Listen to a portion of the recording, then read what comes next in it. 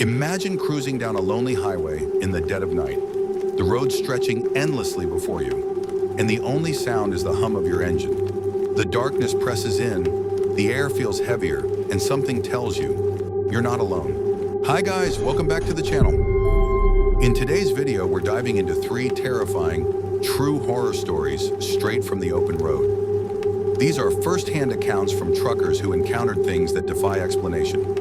Moments that turned an ordinary haul into a nightmare. Let's jump into it. Story 1, The Thing in the Trailer by James Dalton. My name is James Dalton, and I've been a long-haul trucker for the better part of 15 years. I've seen just about everything you can imagine out there on the road. Blinding snowstorms, deer jumping right into traffic, drunk drivers drifting across lanes, even a tornado one time in Oklahoma. The road throws some wild stuff at you when you're out there long enough, but nothing, not a single thing in all my years of driving, comes close to the terror I felt one night outside of Flagstaff, Arizona. And I've told this story only a handful of times, not because I'm afraid of being called crazy, but because every time I retell it, I feel like I'm back there, breathing in that desert air and hearing that thing move inside my trailer. It was late July, the kind of summer heat that doesn't let go even after sundown. I was hauling what my manifest said was an empty trailer from Los Angeles to Albuquerque, a standard return leg after dropping off a load of electronics. I got the green light from dispatch to hit the road and make good time. The highway was mostly clear that night, and I made solid progress until about 2 a.m., when I felt the weight of exhaustion start to kick in. My eyes were dry, my back stiff from 10 hours behind the wheel, and the road ahead began to blur. That's when I spotted one of those older rest stops just off I-40, the kind that looks like it was built back in the 60s and never upgraded. It had one crooked lamppost flickering dimly and a pair of ancient vending machines humming in the corner. The kind of place that makes you think twice. But I was tired enough not to care. I pulled into a space beneath the street lamp, shut off the engine, and climbed into the sleeper cab to get some rest. I cracked the windows just slightly for air and laid down, setting an alarm for 45 minutes, just enough to recharge before getting back on the road. The night was dead quiet, aside from the hum of bugs and a faint desert breeze. For a while, it was peaceful. I was just about to drift off completely when I heard it, a loud metallic bang against the side of the trailer. Now things bang around in a truck all the time. Bad roads, shifting loads, even animals knocking into it. But this was different. It sounded deliberate, heavy, like something or someone was inside the trailer and had just slammed itself against the wall. I sat up immediately, every hair on my arm standing on end. I slipped on my boots, grabbed my flashlight, and climbed down from the cab, scanning the lot. No other trucks, no cars, no one in sight. The night air felt wrong, thick, like it was holding its breath. I walked toward the back of the trailer cautiously, the gravel crunching beneath my steps. I stood still and listened. Nothing. Then, bam! Another impact. This time, it felt stronger. I swear I saw the side panel of the trailer actually flex outward for a second, like something big had thrown itself against it from inside. I climbed up and checked the lock. Still sealed. That's when I noticed something that made my gut twist. Long, deep scratches around the lock plate, as if something inside had been clawing at the door, trying to get out. And then the entire trailer rocked. I've hauled live loads before. Cattle, horses, you feel them shift sometimes. But this wasn't like that. This wasn't a shift. It was a jolt. Something inside was moving violently. And keep in mind, this trailer was supposed to be empty. My flashlight was already in hand, so I did the dumbest thing I've ever done in my life. I unlatched the door and pulled it open just a crack. The darkness inside the trailer was unnatural. My beam barely pierced it, like it was being swallowed up. I called out, "Hello!" thinking maybe someone had snuck in at the yard and gotten locked inside. No answer. I opened it wider and stepped up onto the ramp, slowly shining my light across the space. That's when I saw it. Something shift at the very back. A form crouched low to the floor. Long skeletal limbs. Skin that looked sickly pale, almost gray. And its eyes, oh God, those eyes. They caught the light and glowed like wet glass marbles. The thing didn't move at first, it just stared at me. Then it hissed, a low, guttural sound that felt like it scraped right across my brain. I didn't wait to see what it would do next. I slammed the doors shut and latched them tight. My hands were shaking so bad I dropped the flashlight, had to scoop it up before running back to the cab. Once inside, I locked the doors and hit the ignition, flooring it out of that rest stop like something was chasing me. My heart didn't slow down for miles. I drove straight through to Albuquerque without stopping once, running on fear and adrenaline. I called my dispatcher during a fuel stop and told him what I'd seen. He laughed at first, then said maybe I had a nightmare. But when I asked him to double-check the trailer number and cargo history, he went quiet. That trailer shouldn't have been in the system, he said. It was marked for maintenance, not dispatch. Apparently someone screwed up and sent me out with a unit that had been pulled for inspection weeks ago. When I reached the delivery yard, I refused to open the trailer. I backed it into the dock and told the manager straight up, do not open it until you get someone else there. A couple of guys laughed and went to check it out. They opened it and found nothing. Just a few black smudges on the floor, deep claw marks on the interior walls, and a foul, sour smell that lingered for hours. No one could explain what caused the scratches, and the smell, they said it reminded them of spoiled meat. Weeks later, I ran into an old-timer at a truck stop outside Amarillo. I told him the story, half expecting him to laugh it off, but he didn't. He just nodded and said, some trailers ain't empty, even when the manifest says they are. He told me about stories going back years, truckers hauling containers they were told not to open, hearing sounds at night, sometimes seeing things in their mirrors. He leaned in close and said, you didn't imagine it, you just hauled one of them. Since that night, I never accept sealed trailers without inspecting them first. I don't stop at isolated rest areas. And I never, ever ignore my instincts on the road. Because sometimes the thing that goes bump in the night isn't a bump. It's something trying to get out. Story 2, The Girl on Exit 104 by Marcus Reed. My name is Marcus Reed, and I've been a long-haul driver since 2012. I've spent countless nights behind the wheel, hauling freight across this country. Mountains, plains, coasts, you name it. The road becomes your home after a while. You get used to the silence, the darkness, the weird little motels, and the even weirder things you sometimes see at 3 in the morning. But there's one night I'll never forget. One encounter that still haunts me every time I approach exit 104 off I-64 in Kentucky. It was a rainy October night, the kind of rain that feels heavier than usual, where every drop sounds like a tiny hammer against the windshield. I was running a load of automotive parts from Cincinnati to Richmond, and I had about 5 more hours of highway ahead of me. I could have stopped, but I was ahead of schedule, and the rhythm of the wipers, the hum of the engine, and the solitude of the road were enough to keep me moving. The highway was quiet.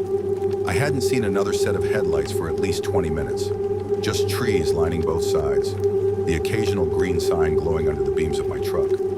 That's when I saw her. She was standing just off the shoulder, right where the ramp from exit 104 begins to curve into the local road. It caught me off guard at first. She seemed completely out of place. A young woman, maybe in her early 20s, soaked head to toe, wearing a long white dress that clung to her thin frame. Her hair was matted to her face from the rain, and she had one arm out, thumb extended in the universal sign for a ride. I slowed down instinctively. Something about her just didn't sit right, but it wasn't fear. It was sadness, desperation. I know what you're thinking. I've heard it from friends and family before. You should have kept driving. What were you thinking picking up a stranger in the middle of nowhere? But the truth is, out there on the road, truckers look out for people. We see things others don't. We help when we can. And something about the way she looked at me, like she needed saving. So I pulled onto the shoulder, flipped on my hazards, and unlocked the passenger door. She climbed in slowly without saying a word. Her movements were stiff, mechanical, like her body was frozen from the rain.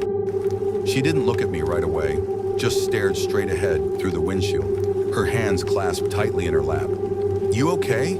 I asked, trying to sound calm. She gave the faintest nod, then whispered, thank you. I tried making small talk to ease the tension. Where are you headed? I asked. she answered, barely above a whisper. "Just past the next town. You can drop me anywhere." Her voice was soft, almost melodic, but distant, like it was coming from the end of a long tunnel. I couldn't quite place it, but something in her tone sent a chill down my spine. For the next 10 miles, we sat in silence. She didn't ask about the load, didn't seem curious about the truck. She just sat there, hands in her lap, occasionally glancing out the window like she was looking for something, or someone. I remember stealing quick glances at her while trying to keep my eyes on the road. Her skin was pale, not just from the rain, but like she hadn't seen sunlight in years. And her eyes, they were hollow, not tired, hollow, as if something had been taken from her long ago. Then out of nowhere she asked, "Do you believe in ghosts?" It caught me off guard. I chuckled nervously and said something like, "I guess I believe in all kinds of things when I've been driving too long." She didn't laugh, didn't even smile. She just turned her head slowly to face me and said, "You should." Before I could respond, I felt a weird sensation, like static electricity crawling across my skin. I looked over and she was gone. The passenger seat was empty. I slammed on the brakes, my heart pounding.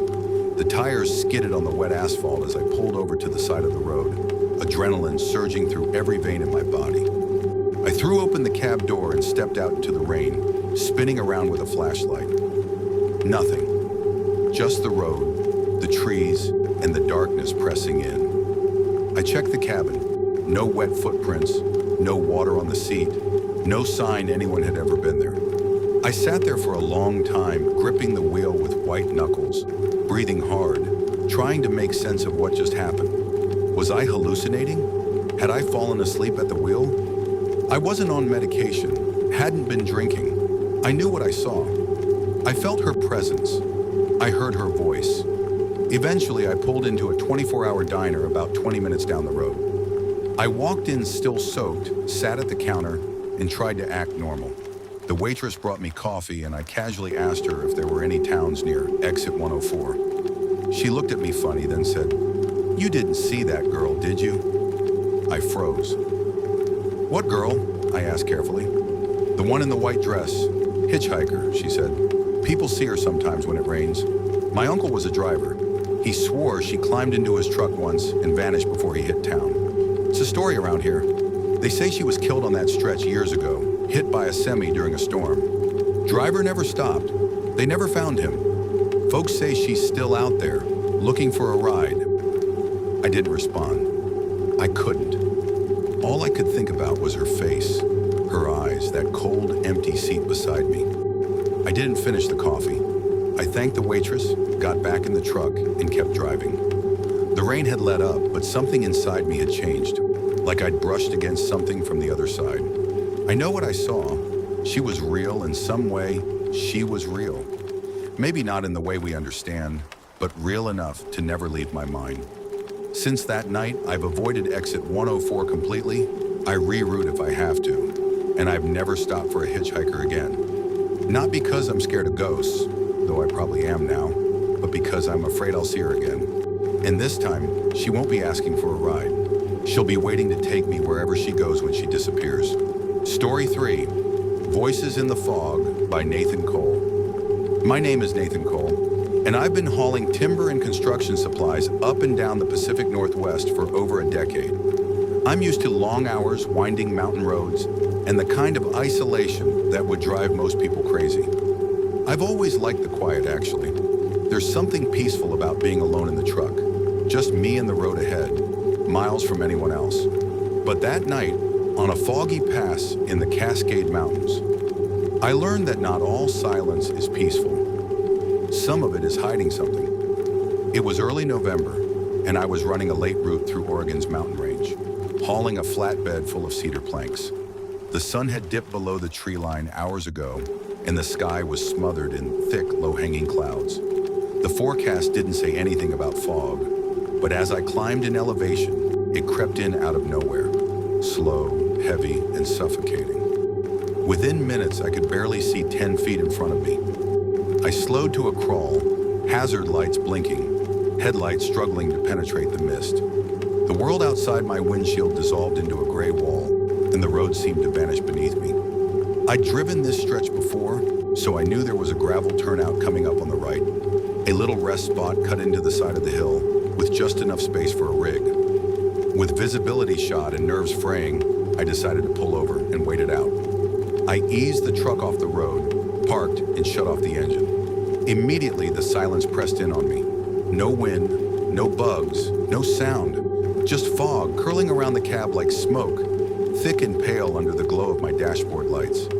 At first, it was just eerie, like stepping into a vacuum. But then I started to feel it. The kind of feeling you get when you know someone's watching you, even though there's no one there. A weight, a presence. I shook it off and leaned back in my seat, telling myself it was just exhaustion playing tricks on me. I cracked the window for air, took a few sips of lukewarm coffee, and tried to focus on the quiet hum of the truck's electronics. And then I heard the voices. At first, they were so faint I thought they were my imagination. Just wisps of sound, like someone whispering in another room. I turned off the radio just in case it had somehow switched on, but it was already off. The whispers continued, soft, unintelligible, but growing louder. Dozens of them, maybe more. It was like I had parked in the middle of a crowd I couldn't see. I leaned forward, squinting into the fog, but there was nothing out there. Just that thick, swirling gray. Then came the knock. 3 slow, deliberate knocks on the passenger side door. I jumped, my heart lurching into my throat. I turned quickly, expecting to see someone standing there, but there was nothing. No figure, no face pressed to the glass. Just the dense, colorless mist pushing against the window like it wanted to get in. I waited, frozen, my ears straining for any movement. Another knock, this time louder and closer. I reached under the seat and grabbed my flashlight, fumbling to get it turned on. I swung open the door and stepped out onto the gravel, sweeping the beam across the turnout.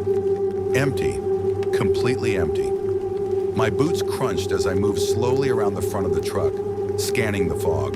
The beam of light lit up only a few feet ahead before it vanished into nothing. I called out, "Hello?" But the sound felt like it was swallowed instantly. No echo, no reply, just silence. Then the voices returned, but now they weren't whispers. They were right next to me, chanting, low, breathless syllables in a language I didn't recognize, spoken by voices that sounded human, but weren't. They circled me, coming from every direction at once. I couldn't tell if they were above me, beside me, or under the ground. My skin broke out in goosebumps. I turned and bolted back to the truck, slammed the door shut and locked it. I sat there breathing hard, flashlight trembling in my hands, trying to make sense of what I just experienced. That's when I saw them. Shapes moving just outside the glow of my headlights. Not animals, not people. Just outlines. Tall, impossibly thin, gliding through the fog without sound. They never came close enough to see clearly, but I could feel them circling the truck, watching. I didn't dare move. I just sat there, eyes wide, praying they'd go away. Then, the worst part. The CB radio crackled to life. I hadn't touched it in hours. I rarely used it unless another trucker hailed me. But suddenly, it lit up with static, and then, clear as day, a voice. A man's voice, but warped, like it was coming through a broken speaker. "Nathan, open the door." My entire body went cold. No one had used my name, not even dispatch. And this voice, it wasn't anyone I knew. It wasn't anyone real. It sounded wrong, mechanical, distorted, and full of something hungry. I reached for the power switch and shut the radio off. But the voice came again, this time through the speakers in the truck, even though the radio was dead. "We're waiting." I grabbed the key and twisted the ignition, slamming the shifter into gear. The truck lurched forward onto the main road. I didn't care that I could barely see. I just drove, gripping the wheel so tight my knuckles went numb. The fog was still thick, but the road eventually straightened out. After 10 minutes, the voices faded. After 20, the fog began to lift. By the time I reached the next way station, the sun was starting to rise. Everything felt normal again. Birds chirping, sky turning pink. I told the guy inside that I'd pulled over earlier because of fog and thought I heard voices. I left out the worst parts thinking I'd sound insane, but he just nodded slowly and said, "Yeah, that pass does things to people. Some say it's cursed land, old burial ground or something. Truckers see stuff up there all the time." I didn't reply. I just got my papers signed and kept driving. I've avoided that route ever since. If dispatch ever tries to assign me that pass again, I fake an engine issue or say I'm out of hours. I don't care if I lose money. Nothing's worth going back there, because something lives in that fog, something ancient, something that knows your name and waits until you're completely alone. Thanks for watching. If you like this video, please like, share, and subscribe to our channel for more creepy stories. Which of these true stories gave you a chilling experience? Let us know. Until next time, stay curious, stay safe, and remember, sometimes the scariest stories are the ones that are real.